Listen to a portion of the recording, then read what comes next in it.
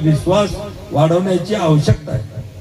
तुम्ही पाहिला असेल की कोरोनाची महामारी संपूर्ण जगावर आली, आपल्याही देशात आली, आपल्या गावापर्यंत घरापर्यंत आली. सगळं जग घाबरून गेलं होतं. कुठलंही औषध त्याच्यावर नव्हतं, कुठलं व्हॅक्सिन नव्हतं, इंजेक्शन नव्हतं, कुठली गोळी नव्हती. लोक सगळी घाबरून गेली. पण त्यावेळेस जर सगळ्या या कोरोनाला पासून लोकांना मुक्त करण्याचं सगळ्यात मोठं काम जर कोण केलं असेल तर ते आमच्या पारंपरिक उपचार पद्धतीनं लोक घराघरामध्ये काढे घेत होते. योगा न करणारे सुद्धा सकाळ संध्याकाळ योगा करत होते, आपली इम्युनिटी वाढवत होते. आणि त्याच्यातच भारतासारख्या एवढी प्रचंड लोकसंख्या असणाऱ्या देशामध्ये सुद्धा आपण सहजपणानं त्या कोरोना सारख्या महामारीवर आपण मात केली. आणि मग लोकांना तेव्हा कळलं की बा आयुर्वेदामध्ये होमिओपॅथी असेल, या सगळ्या पॅथीमध्ये उपचार आहेत. मी स्वतः अनेक अनुभव म्हणजे मी स्वतः प्रत्यक्ष अनुभव घेतलेले आहेत की कॅन्सरचे 4th स्टेजला गेलेले पेशंट सुद्धा होमिओपॅथी आणि आयुर्वेदाच्या डॉक्टरनी दुरुस्त केलेले आहेत. ज्या लोकांना एंजिओप्लास्टी सांगितली की तुमच्या 2 व्हेन 90% ब्लॉक आहेत, 80% ब्लॉक आहेत, एंजिओप्लास्टी करावं लागते. पण त्यातल्या काही लोकांनी आयुर्वेदिक किंवा होमिओपॅथी उपचाराचा प्रयोग केला.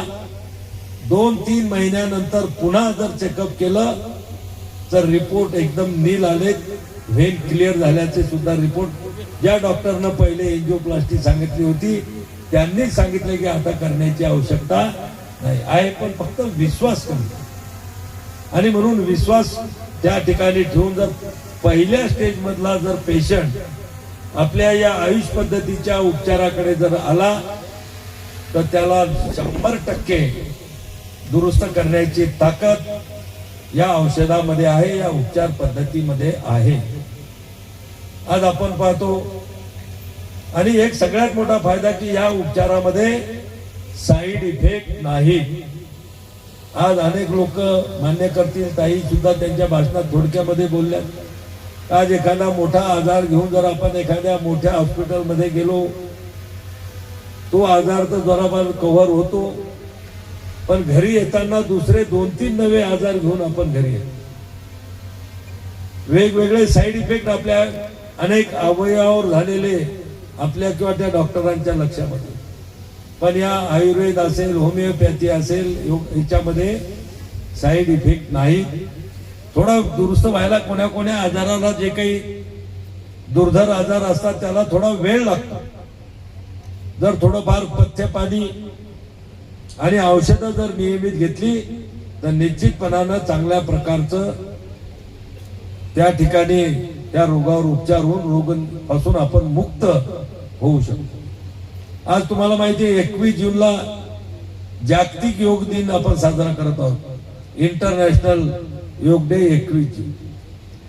याबद्दल मी थोडक्यात एवढंच सांगेल की ही देण आपल्या नरेंद्र मोदी साहेबांची आहे की 2014 मध्ये ज्यावेळेस संयुक्त राष्ट्राची बैठक झाली त्या बैठकीमध्ये मोदी साहेबांनी योगाचं महत्व सर्व जगाच्या नेत्यांच्या समोर सांगितलं की आमचा योग हा प्रिव्हेंटिव्ह आहे, आमचा योग हा क्युरेटिव्ह आहे.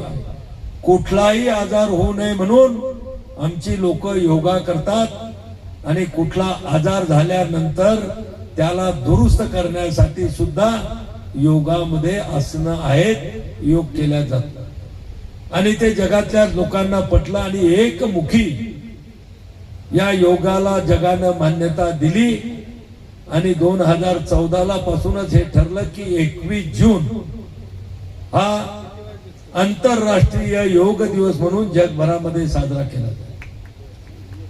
आणि आज नरेंद्र मोदीजींच्या प्रयत्नामुळं जगातल्या 190 देशापेक्षा जास्त देशांमध्ये योग केला जातो.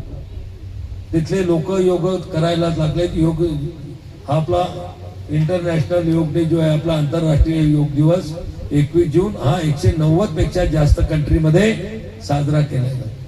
आपल्या देशातही मोठ्या प्रमाणामध्ये साजरा केला जातो. आणि याचा प्रचार करण्यासाठी आपले पंतप्रधान वेगवेगळ्या राज्यांमध्ये दरवर्षी 21 जूनला लोकांमध्ये जाऊन योगाचं टी शर्ट घालून लोकांमध्ये जाऊन योगा करतात, योगाला प्रमोट करतात. कारण की त्यांचा हाच विचार आहे की या योगामुळं आपण स्वस्थ राहू शकतो, तंदुरुस्त राहू शकतो. आणि म्हणून आपल्या देशातला प्रत्येक नागरिक हा तंदुरुस्त असला पाहिजे आणि आपल्या बरोबर जगातली सुद्धा लोक ही स्वस्थ आणि सुदृढ असली पाहिजेत. म्हणून त्यांनी हा योग दिवस जगामध्ये पाहिजे. हे आपला ट्रेडिशनल आहे, आपल्या ऋषी मुनींचं संशोधन. आणि म्हणून या सगळ्या गोष्टीचा